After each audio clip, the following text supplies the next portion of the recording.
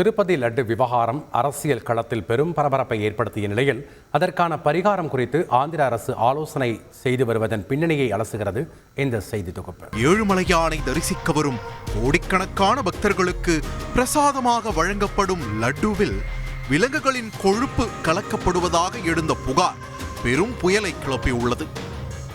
ஆந்திர அரசியலில் மிக பெரும் பேசு பொருளான இவ்விவகாரம் தேசிய அரசியலிலும் தனி கவனம் பெற்றது.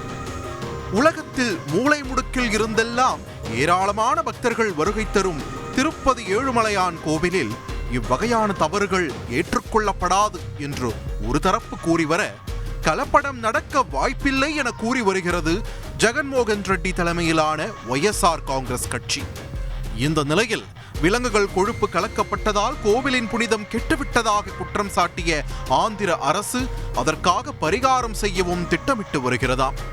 ஏற்கனவே திருப்பதிக்கு 11 நாள் விரதம் இருக்க உள்ளதாக கூறியுள்ளார் ஆந்திர துணை முதலமைச்சரான பவன் கல்யாண். திருப்பதி லட்டுவில் ஏற்பட்ட கலப்படம் என கூறப்படும் சம்பவத்தால் வேதனை அடைந்ததாக தெரிவித்த பவன் கல்யாண் அதற்கு பாவ மன்னிப்பு கோரும் வகையில் இவ்விரதத்தை மேற்கொள்ள உள்ளதாகவும் தெரிவித்துள்ளார். 11 நாள் விரதத்தை முடித்துக்கொண்டு அக்டோபர் 1 மற்றும் 2ஆம் தேதிகளில் ஏழுமலையானை தரிசித்துவிட்டு பாவ மன்னிப்பு கோரி விரதத்தை நிறைவு செய்ய இருப்பதாகவும் கூறியுள்ளார் பவன் கல்யாண்.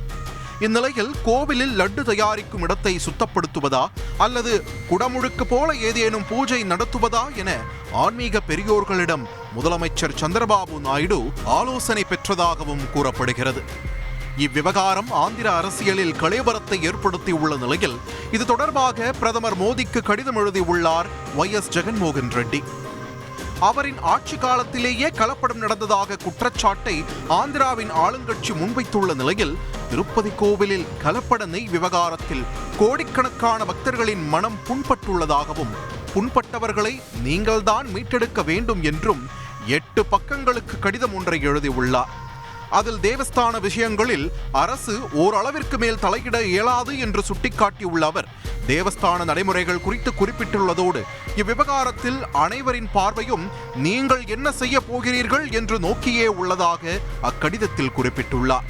இப்படி ஆந்திராவில் திருப்பதி லட்டு அரசியல் உச்சத்தை நோக்கி சென்று வரும் நிலையில் லட்டு விற்பனையில் எந்த மாற்றமும் இன்றி வழக்கம் போல 3 லட்சத்திற்கும் அதிகமான எண்ணிக்கையிலேயே லட்டு விற்பனை நடந்து வருகிறதாம். செய்திகளை உடனுக்குடன் தெரிந்து கொள்ள உடனே சப்ஸ்கிரைப் பண்ணுங்க.